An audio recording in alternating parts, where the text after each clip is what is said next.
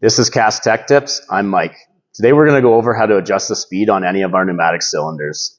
The way these cylinders work is they have two flow control valves, and air is pushed through one and exhausted through the other. To adjust the speed of these, we're actually adjusting how fast that air is exhausted.